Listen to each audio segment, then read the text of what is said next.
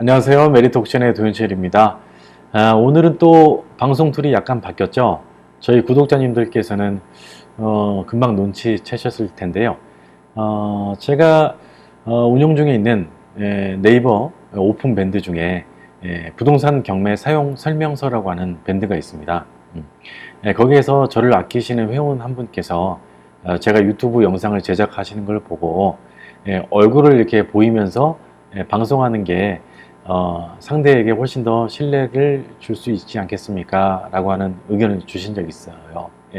그런데 제가 그 말씀을 굉장히 감사드렸는데 나름대로 고충이 있었습니다. 왜냐면은 제가 이렇게 영상을 제작하는 프로그램이나 장비 이런 것들에 대해서 알고 있는 지식이 전혀 없었거든요. 뭐 지금 보니까 뭐 포토샵이나 파이널 컷, OBS, 그 다음에 웹캠이나 뭐 그 외에 움직이면서 뭐 균형을 잡는 카메라, 뭐 짐벌이라고 하는 용어, 그 다음에 오디오, 뭐 젠더, 3극이냐 4극이냐, 뭐 조명을 뭐 각도를 어떻게 해야 되고 배치를 어떻게 해야 되는지 뭐 이런 것 등에 대한 정보가 전혀 없었거든요. 그러다 보니까 과거의 영상을 보면은 이렇게 그 제 얼굴을 사진을 찍어 가지고 어떤 영상 한 켠에다가 배치시킴으로써 이것을 대체해 왔었는데요.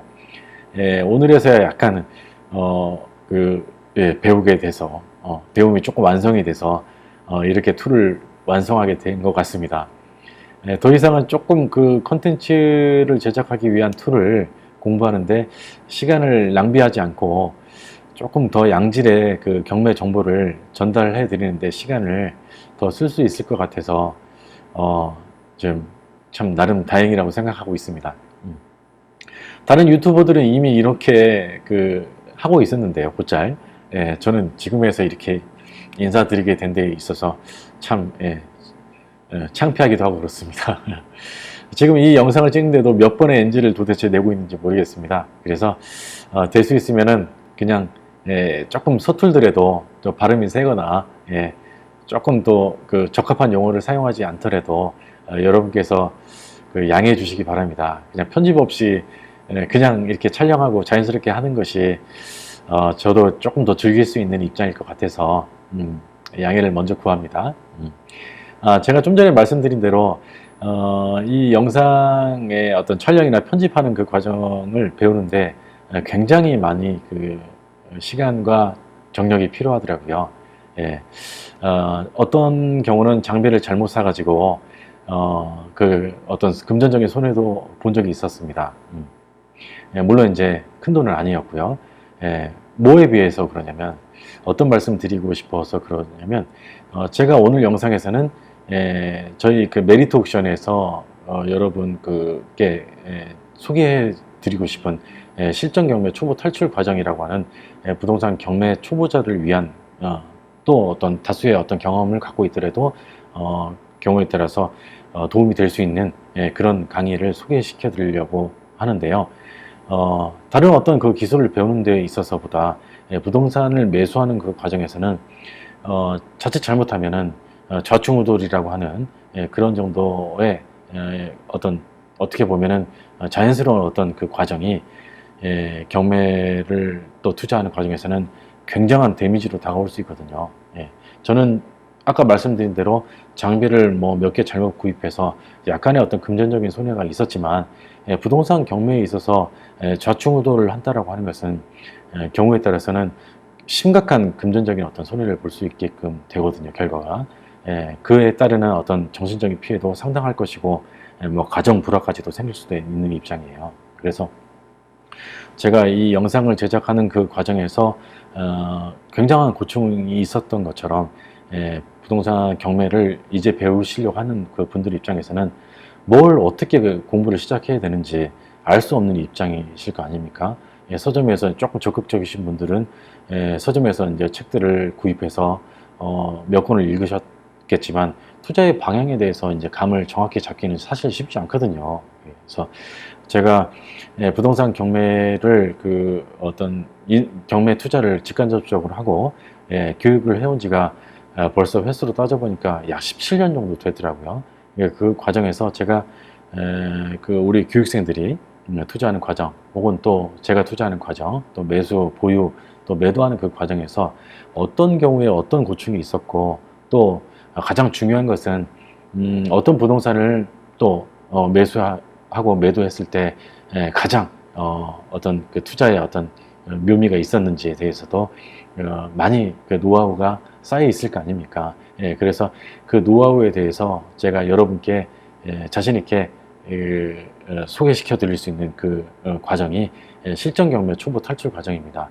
뭐 초보 탈출 과정이다라고 해서 이게 뭐 수준이 굉장히 낮은 강의 내용이 아닙니다. 잠시 후에 간단하게 소개를 시켜 드려 볼 텐데요. 사실 이제 제가 그 갖고 있는 알고 있는 지식을 모두 다 여기에다가 녹여서 여러분께 알려드리려고 하는 거거든요. 다만 이제 이 외에 이 그 실전 경매 초보 탈출 과정 이상의 과정이 교육 과정이 또 있습니다. 그것은 이제 부동산을 그 경매를 통해서 매수하고 매도할 때까지 제가 1대1로서 옆에서 꾸준하게 수년에 걸쳐서든 매도 처분할 때까지 옆에서 그 조력을 하는 그런 과정이 남아 있어요. 그게 1대1 PT 과정이거든요. 그 과정이 있긴 있습니다만 그거를 제외하고는 제가 실전 경매 초보 탈출 과정이 제가 자신 있게 여러분께 추천드릴 수 있는 강의입니다. 그래서 여러분께서 아무쪼록 지금 현재 가을 학기에 수강생을 모집 중에 있으니까 저하고 인연이 돼서 올바른 투자 방향을 잘 찾아가시길 기원하는 바람에 지금 제가 초보 탈출 과정에 대해서 간략하게 그 교육 내용에 대해서 소개를 해드려 보겠습니다. 자, 화면을 보면서 한번 말씀드려 볼게요. 자, 실전 경매 초보 탈출 과정. 자, 총 그 10강으로 구성되어 있고요. 지금 1강에서는 어떤 공부를 할 것이냐면요. 최초의 1강에서는 오리엔테이션이 있겠고, 그 다음에 부동산 경매 투자 방향에 대해서 저하고 좀 전에 제가 말씀드린 대로 제 그 노하우를 바탕으로 또 그 다른 어떤 그 전문가들이 부동산의 투자 방향을 어떠해야 하는지 또 소개시켜 드릴 것이고요. 각종 객관적으로 우리가 확인해 볼 수 있는, 즉 투자의 방향을 확인해 볼 수 있는 자료도 제가 제시할 겁니다. 그 다음에 부동산 관련 그 학에 대해서, 학문에 대해서 우리가 이론에 대한 공부를 해보면서 어떻게 이렇게 접근해야 되는 것이 가장 올바르고 시장이 어떻게 변동되는지도 우리가 예측해 볼 수 있는 그 이론에 대해서 간단하게 공부를 해볼 시간을 갖게 될 겁니다. 자, 2강, 3강에서는요, 경매의, 부동산 경매의 장단점, 그 다음에 부동산 경매가 도대체 왜 발생하는지, 그 다음에 그 절차는 어떻게 진행이 되는지, 우리가 어떤 절차에서는 어떻게 대처를 해야 되는지 등을 알기 위해서 이 그 2강, 3강에서 부동산 경매 장단점과 절차에 대한 어떤 그 공부를 제가 배치를 시켜놨거든요. 그래서 이 그 부동산의 어떤 그 법원에서 혹은 뭐 자산관리 공사에서 매각하는 그 절차에 대해서 우리가 조금 그 확연하게 알지 못하면 조금 그 우리가 답답한 마음을 들기도 하고 적합한 그 절차상의 대처를 못할 수도 있거든요.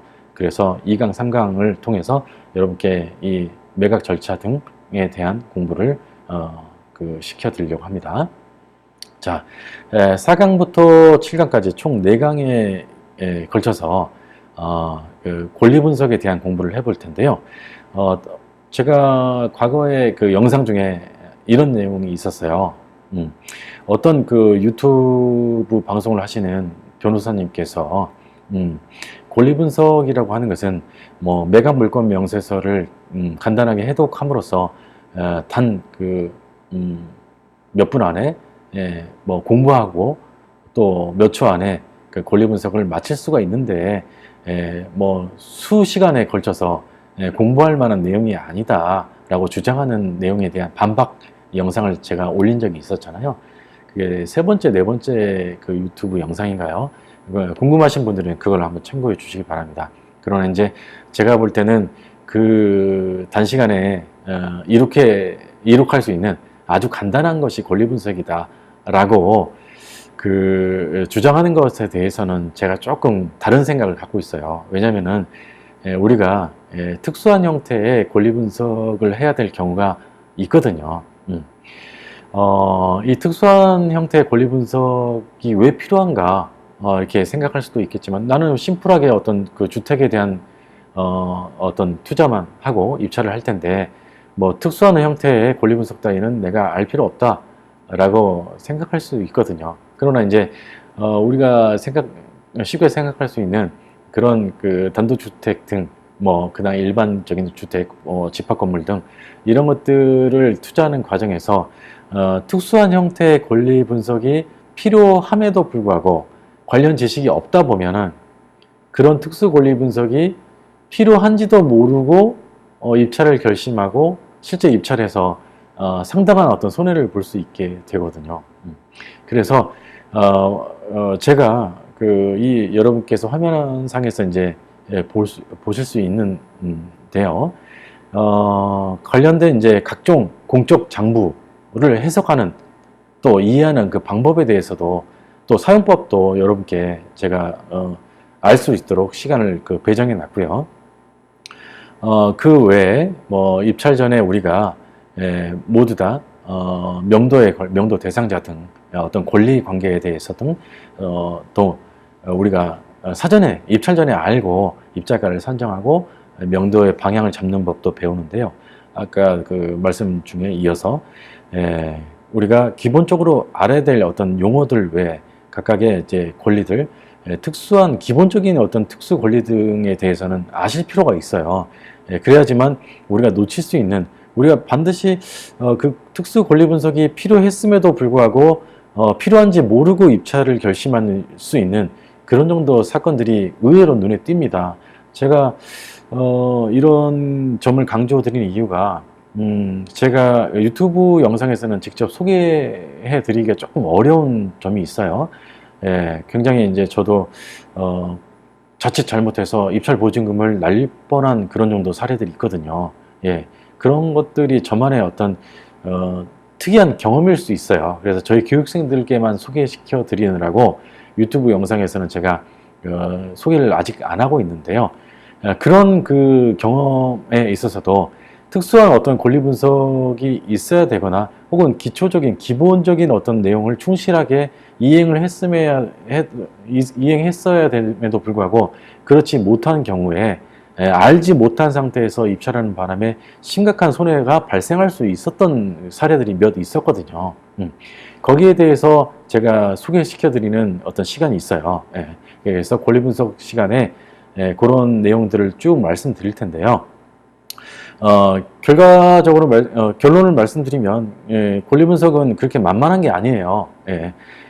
물론 이제 아주 심플한 것들에 대한 것은 유료 정보 사이트에서 제공한 기본적인 권리 분석을 통해서 해결을 뭐 하고 운이 뭐 좋으면 문제없이 그냥 넘어가게 되는데요.